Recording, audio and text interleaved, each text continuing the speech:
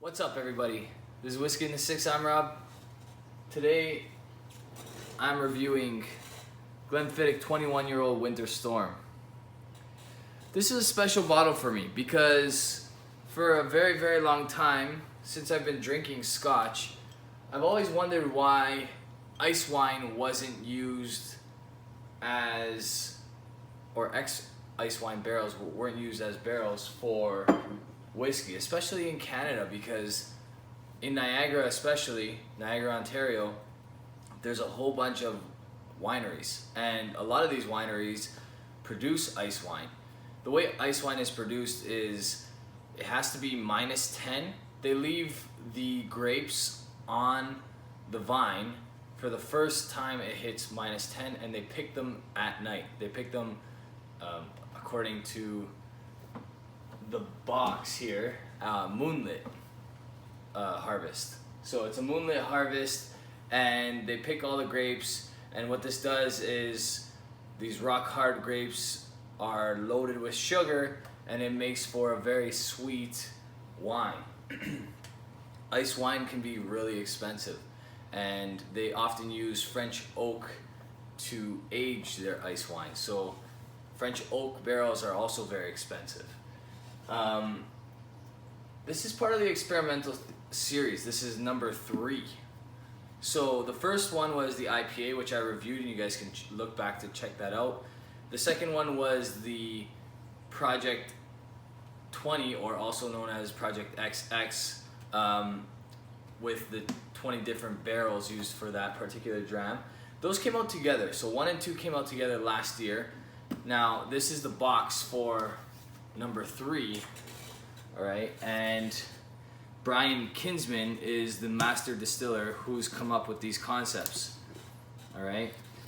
Project 20 allowed each ambassador from various regions of the world to pick a cask. Toronto or Ontario or Canada's ambassador is Beth Havers, and she's actually the one that managed to get this to me. This is not a full bottle. There was only 4 drams left in this, so it was about that much-ish. I was able to get that from her. I've tasted it. It's really nice. I'm going to be reviewing it shortly. I just want to finish. So she got to choose from the second experimental series. That was the port cask in that particular dram. And she obviously had a big hand in this one as well, being that she's the Canadian ambassador, and they used Pellar Estate wine to finish this 21-year-old Scotch, all right? Pellar Estate is one of the biggest Niagara region wineries, and I've had an opportunity to go there myself, do the tasting, and then eat dinner there. The restaurant there is amazing as well. Really, really cool that Glenfiddich decided to use ice wine barrels for this. Makes me really excited. I'm hoping that this leads to more ice wine barrel usage, especially because you have the 2 choices. You have the white ice wine, which comes off kind of like what this one comes off as, a bit of, it reminds me of like a Madeira. And then you have the red, which is super dark, and I think that could easily give the color and feel of what you would get from a port or even a sherry, maybe somewhere in between there. So pretty cool stuff. I'm really excited that they did that. I hope that opens the door to many more companies deciding to use Canadian ice wine. On the nose, it's got a super, super sweet nose. I was very curious, so I tried 2 drams. I tried a little bit with water and a little bit without. And I added a drop of water to this because I found that without water, it's a little bit tight together. And it's 43%, so it's not overly, you know, it doesn't have a high ABV by any means, but a drop of water opens it right up. And I think what the reason for that is this is 21 years in an ex-bourbon barrel, and then it's moved for about 6 months in the ice wine barrels. It says, it has a pretty cool story on here, on the front and the back, it talks about the process in choosing the right cask for this particular expression.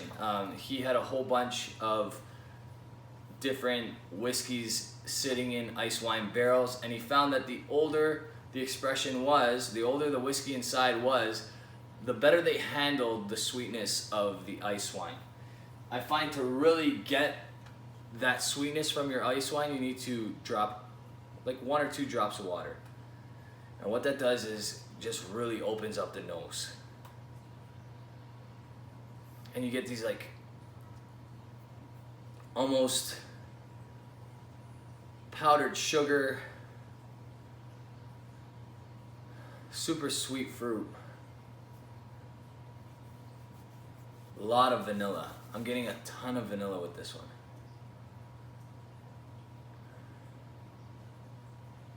Like a creme brulee.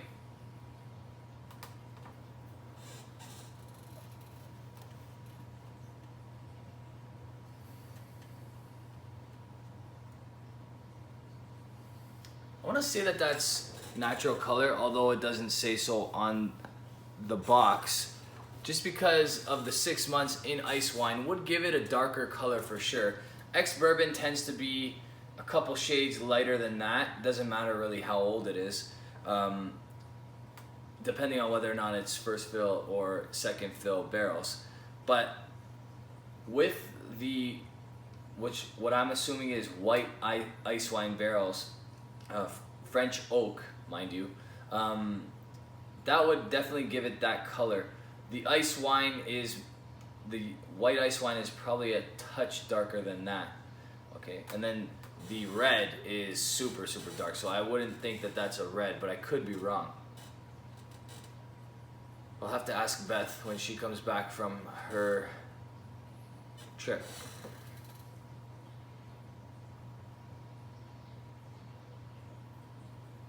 Yeah, honestly, I know it's only 43%, but just a drop of water just to open it up. And what I did notice is there was a ton of Scotch mist. So I'm not gonna go out there and claim that this is unchill filtered, but because it's bottled at 43%, I would think that it might be chill filtered. But it had a ton of Scotch mist, which was kind of surprising to me when I added a drop of water.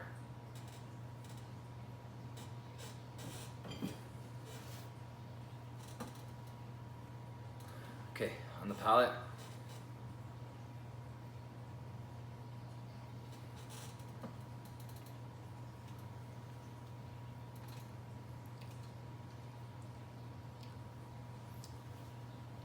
And with that drop of water, you really get what they were tasting when they bottled this.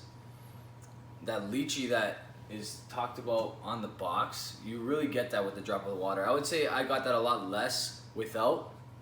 Adding that drop of water really, really brings out that fruitiness.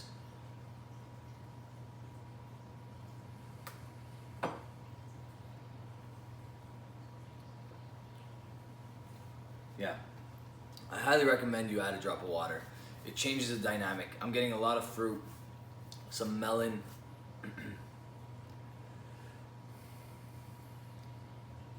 a really nice oaky finish. With that oak that comes in, you get a little bit of a cinnamony note. Not that cinnamony is a word, but I think you guys understand what I mean by that.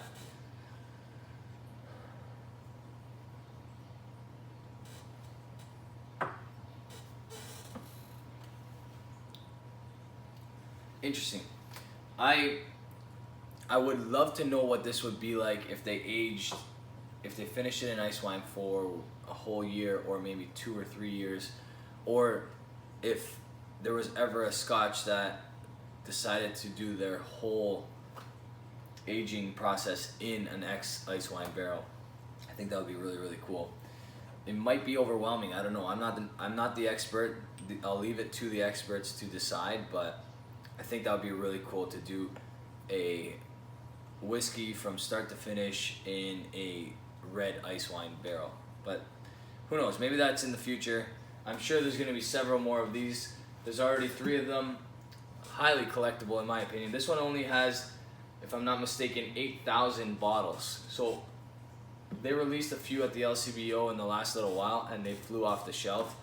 The only ones available are no less than a 3-hour drive from my house. So unfortunately, with the baby around the corner, probably any day now, I can't drive 3 hours to go pick up a bottle of whiskey. I'm pretty sure my wife will divorce me. So I'll have to wait to hope that it comes nearby me, but with 8,000 total worldwide, I don't think there's going to be very many to share. So if you have an opportunity, go buy it right away. I'm going to give this an A. It's really good stuff. It's probably, if I had to give it a numeric mark, in the 87, 88 range, give or take a mark or two.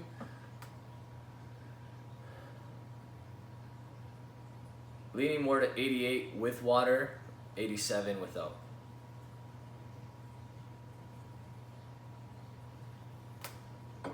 That's an easy buy for me though, and I do plan on picking up another bottle because I want to keep it sealed, bury it in the bunker, because this is highly collectible and I've never seen a bottle so nice in my opinion. And obviously you play into the Game of Thrones theme a little bit with the winter is coming. This is the Winter Storm.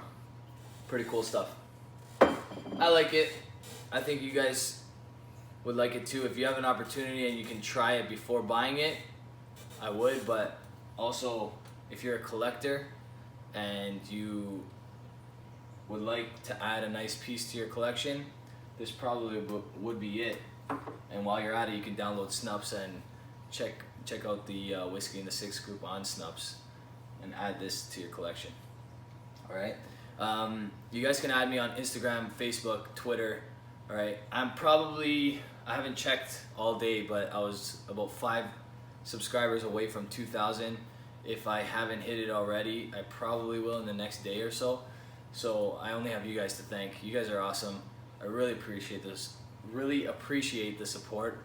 And despite my Invisalign and sometimes my lisp because of the Invisalign, you guys have stuck around and enjoyed my videos, or at least I hope you've enjoyed my videos and I've enjoyed sharing them with you.